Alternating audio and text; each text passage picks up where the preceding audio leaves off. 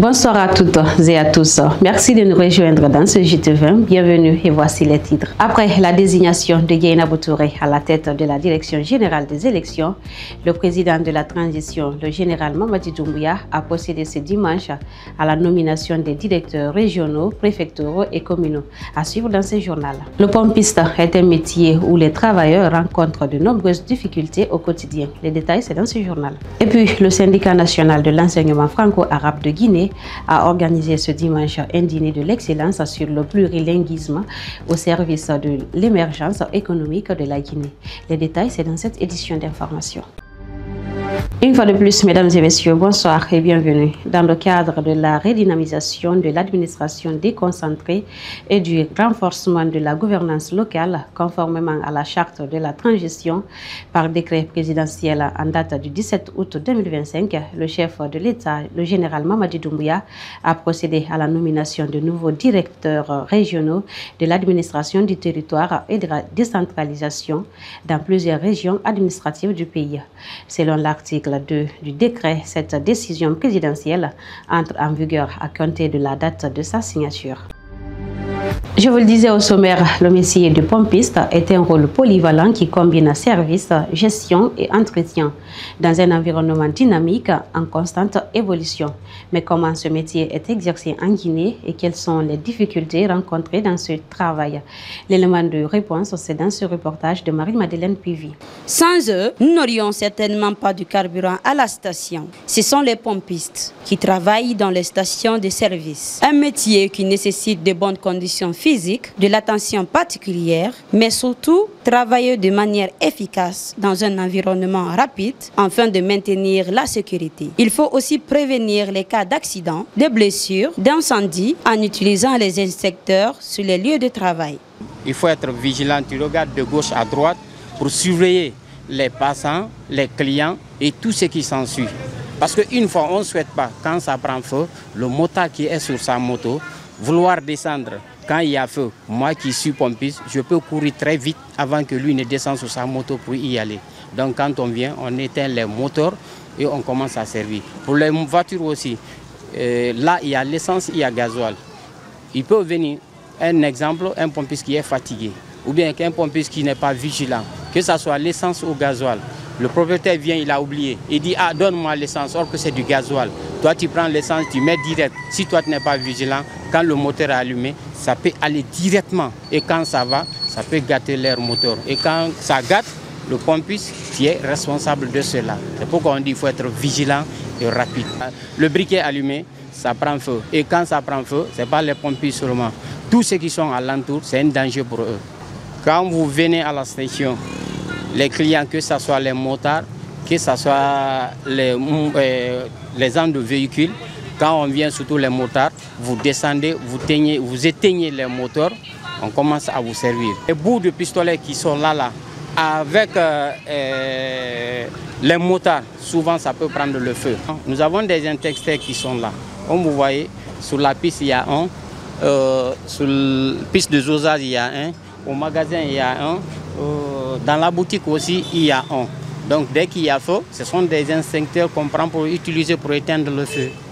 Les femmes ont un impact significatif sur le métier de pompiste, apportant une touche féminine et un accueil chaleureux. Cependant, avec des horaires de travail irrégulières et les conditions physiques de météorologiques difficiles, les femmes pompistes peuvent être exposées à des risques de sécurité. Les congés obligés, comme en cas de grossesse, font que certains responsables préfèrent les hommes.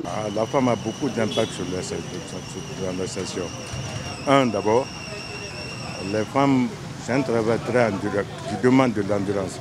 Les femmes ne sont pas tellement endurantes. Un. Deuxième facteur, les femmes ont beaucoup de problèmes. Le mariage, le baptême, mon enfant est malade, tout ça là aussi joue sur, ça impacte sur la vente. Troisièmement, il y a un cas quand la femme tombe en grossesse par exemple, ou bien quand la femme s'accouche, il faut 4 mois, 5 mois de congé. 5 mois de congé, bon, la vie c'est trop.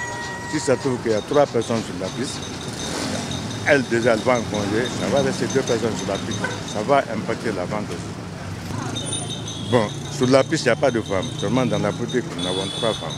en respectant les mesures de sécurité, les actes à éviter lorsqu'on est à la station, les pompistes peuvent minimiser les risques et travailler dans un environnement sûr et sain.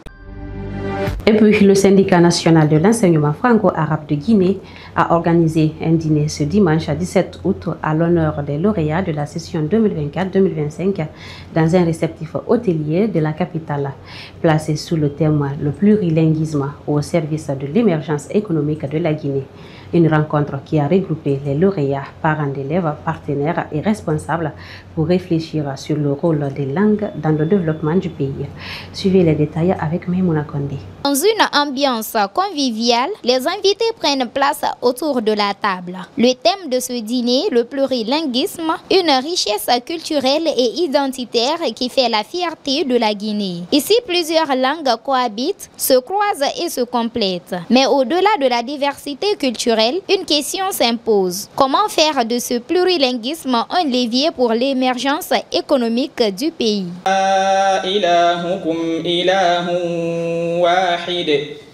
فمن كان يرجو لقاء ربه فليعمل عملا صالحا فمن كان يرجو لقاء ربه فليعمل عملا صالحا ولا يشرك بعبادة ربه أحدا.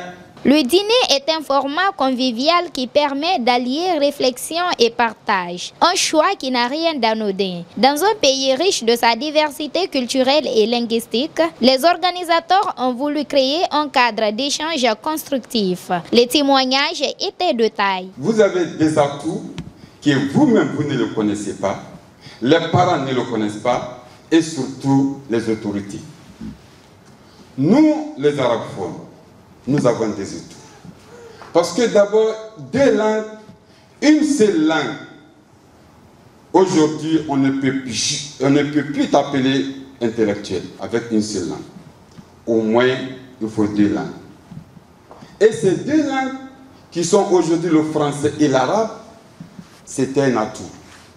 Un atout pour mieux comprendre ta religion, un atout pour mieux comprendre la culture socio-africaine de la Guinée, parce que nous sommes tous, la plupart, issus des familles islamiques.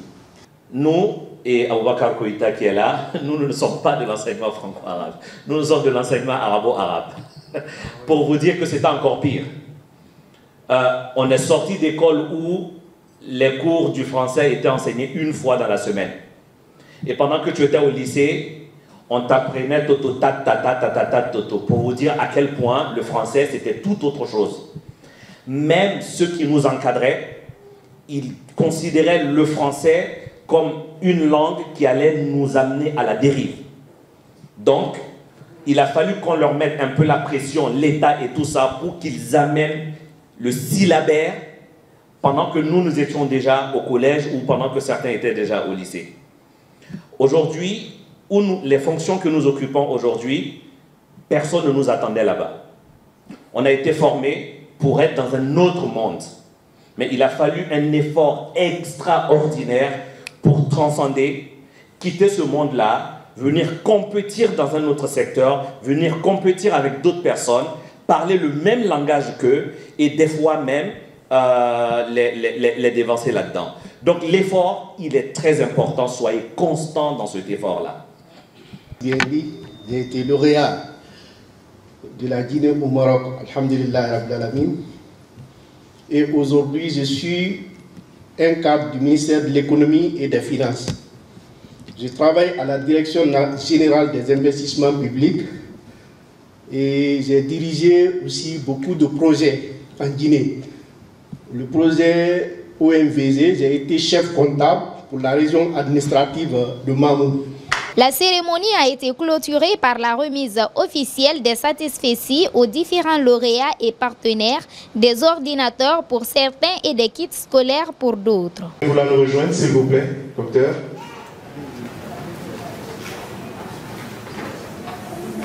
Bonjour à tous. Je tiens à adresser un message de remerciement envers les membres qui sont aujourd'hui à la base de cette organisation. Je suis très touché, très réjoui de cette satisfaction. Merci aussi pour le conseil. Inch'Allah, on les appliquera à l'arrêt. Je tiens à remercier toute cette structure d'avoir pensé à récompenser les lauréats pour leurs biens efforts aux différents examens nationaux. C'est vraiment un plaisir pour nous d'être aujourd'hui en face de vous et que nous reconnaissons aussi que nos mérites sont récompensés et élevés au grade de vraiment ce que nous méritons. Merci beaucoup. Ainsi, entre convivialité et réflexion, ce dîner a offert un cadre unique de débat sur le plurilinguisme et ses potentialités. Un thème qui ouvre les perspectives nouvelles pour la Guinée, où diversité linguistique et développement économique peuvent désormais marcher main dans la main. Un rendez-vous qui, au-delà du simple plaisir de la table, se veut porteur d'avenir et de changement. Mesdames et messieurs, c'est la fin de cette édition d'information. À tous, merci de l'avoir suivi. Les programmes continuent sur nos plateformes digitales, Facebook, YouTube, TikTok, Instagram. Prenez soin de vous et passez une excellente soirée. Bye bye.